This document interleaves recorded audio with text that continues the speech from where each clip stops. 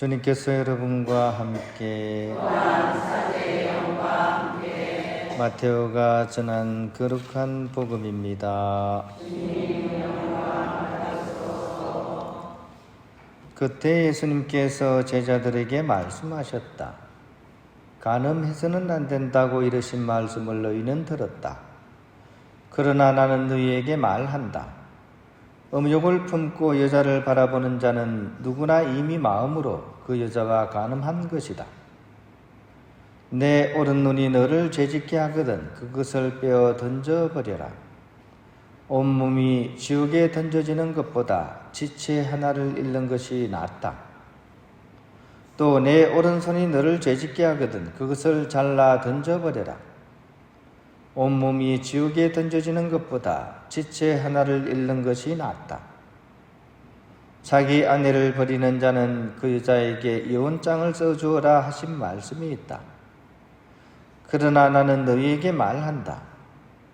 불륜을 저지른 경우를 제외하고 아내를 버리는 자는 누구나 그 여자가 간음하게 만드는 것이다. 또 버림받은 여자와 혼인하는 자도 간음하는 것이다. 주님의 말씀입니다. 평화를 빕니다. 오늘도 예수님 말씀이 참 무섭죠, 그죠? 아주 무서운 말씀이 들어가 있습니다. 너의 오른 눈이 죄를 짓게 하거든 그것을 빼어서 던져버려라. 왠지 좀 인간의 본능을 이렇게 무시하시는 것 같기도 하고, 지금 밖에 나가보면 여기저기 사람들 얼마나 꾸미고 다닙니까? 그죠? 예쁜 사람들 참 많죠? TV를 봐도 그렇고, 또 인터넷을 봐도, 이제는 막 외국 여자들까지 막 인터넷에 나와가지고 막 예쁜 표정을 지으면서 춤을 추고, 방방 뛰고, 난리도 아닙니다. 눈이 휙 돌아가는 걸 어떡하라는 얘기입니까? 본능 아닙니까? 그러면 예수님이 후속 말씀으로 여성들은 절대로 꾸미지 마라. 옷을 입어도 조선시대처럼 장옷을 입고 다니라. 안 그러면 히잡을 써라. 이렇게라도 하시든지. 그 예수님은 어떻게 보면 페미니스트 같아요. 여자들만 위하는 예수님 같아요. 그죠? 답답하기가 고구마 같으신 예수님. 그죠? 경강부에 그러잖아요. 옛날에 경강부에 말이 안 통하는 예수님 같습니다. 이혼도 마찬가지예요. 이혼하는 사람은 이혼할 만한 사연이 있는 거 아닙니까? 그죠? 근데 절대로 해서는 안 된다고 해요. 그죠? 이 당시에 굉장히 성행하던 겁니다. 그죠? 이렇게 새로운 여자를 이렇게 맞이하기 위해서 이전에 여자한테 이혼장 써주고 이제 그러고 나서 이제 이 당시에 굉장히 성행하던 겁니다. 그러면 예수님께서는 아무도 이렇게 예수님 말씀에 긍정할 사람이 없는데도 불구하고 왜 이렇게 얘기를 하는 걸까요? 그 의미를 우리가 좀 새겨야 됩니다. 말마디 잡고 씨름하는 것이 아니라 예수님은 그러면 왜 자꾸 이렇게 어떻게 보면 좀 심하게까지 이렇게 얘기를 하시는가? 한마디로 얘기하면 가정을 보호하기 위해서입니다. 어떻게 해요? 가정을 보호하기 위해서. 즉 가정이 무너지면 다 무너집니다. 우리 사회에 있어서 또 인간관계에 있어서 가장 기본이 되는 게 가정입니다. 이게 무너지면 다 무너지기 때문입니다. 설령 두 사람 중에 한 사람이 정말 이혼하고 싶어가지고 소원으로 이혼을 했다 치자. 그러면 그 둘 중에 누가 좋아집니까? 누가 좋아지나요? 이혼 이후에 갈라서면 좋은 것 같은데 의외로 또 갈라선 그 순간부터 더 큰 상처와 어려움이 있더라고요. 제가 어떻게 안 하고요. 제 친구 중에 이혼한 사람이 한둘이 아닙니다. 새 출발하면 더 나은 결혼생활을 할 것 같아서 이렇게 하는데 이혼 후에도 아직도 결혼을 못하고 빌빌거리는 친구들이 많습니다. 여자들도 마찬가지죠. 그죠? 결혼하고 나면 누구든지 하는 얘기가 있죠. 뭡니까? 가가 가다. 그죠? 가가 가다. 이런 얘기입니까? 아주 부드럽게 얘기해서 그 인간이 그 인간이다. 이런 얘기죠. 그죠? 7번, 8번 결혼하면 부러울 것 같은데, 그죠? 저는 한 번도 안 해봤으니까 한 번 한 사람만 해도 되게 부러운데, 7번, 8번 하면 얼마나 좋을까? 그죠? 근데 세기의 미녀라는 엘리자베스 테일러 8번 했습니다. 그죠? 아랑드롱, 모든 여자들이 부러워하는 미남 아닙니까? 이 사람도, 그죠? 행복할 것 같은데 하는 얘기가 내 인생이 왜 이래? 이럽니다. 내 인생이 왜 이래? 7번, 8번 결혼하면 좋을 텐데 내 인생이 왜 이래? 이럽니다. 한 번 결혼해도 그렇게 상처 있는데 7번, 8번 하면 그 상처가 더 크다는 얘기 아니겠습니까? 그죠? 아이들은 더 심각합니다. 그죠? 거기서 부부 사이에 태어난 아이들은 부모가 이혼을 하면 어떻습니까? 부모는 아이들의 뿌리입니다. 그죠? 아이들이 자라는 뿌리예요. 근데 이 뿌리가 흔들리는 거죠. 뿌리가 흔들리는데 어떻게 그게 자라겠습니까? 부모보다 못한 인생 살기가 쉽습니다. 부모가 이혼을 하면 뿌리가 약하니까. 거기다가 옛날 비해서 모든 것이 편해지고 모든 것이 충족되다 보니까 사람들이, 특히 젊은 사람들이 인내심이 옛날 분보다 훨씬 약합니다. 그러니까 참는 힘이 약한 거죠. 이런 젊은이들이 준비도 없이 또 올바른 혼인생활에 대한 교육도 없이 그냥 덜컥 해버리는 경우가 많아요. 덜컥. 왜 덜컥 하는지 모르겠어요. 뭔가 덜컥 생겨서 하겠지, 이제. 그러다 보니까 이 성당에 다니는 신자인데도 불구하고 혼배 성사도 안 하고 그냥 결혼을 하는 사람들이 많습니다. 관면만 받아도 천만다행입니다. 요즘 실태가 그렇습니다. 지금 본당에서 지금 혼배 성사 본 지 혹시 있으세요? 최근에? 없습니다, 지금. 그죠? 관면만 해도 다행이에요. 그런 의미에서 잘 준비시키지 못하고 그냥 덜컥 결혼을 시키는 부모에게 사실은 1차적인 책임이 없다고 할 수는 없습니다. 1차적인 책임이 있는 거죠.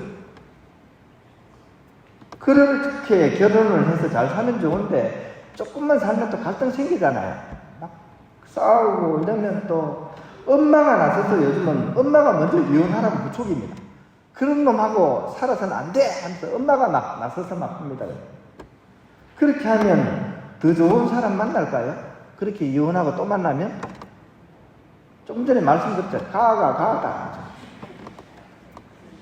더 안 좋은 사람 만날 확률이 더 높습니다.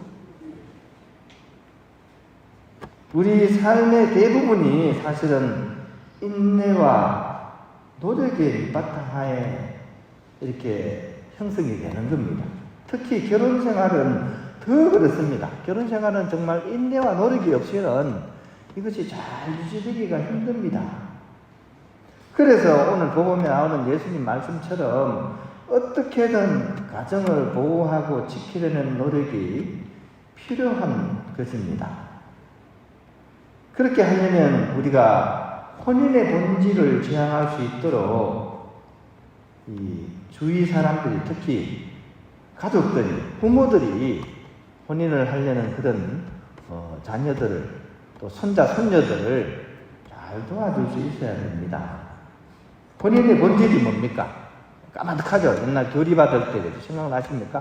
혼인의 본질이 뭡니까? 왜 혼인을 합니까? 왜 혼인을 해야 합니까?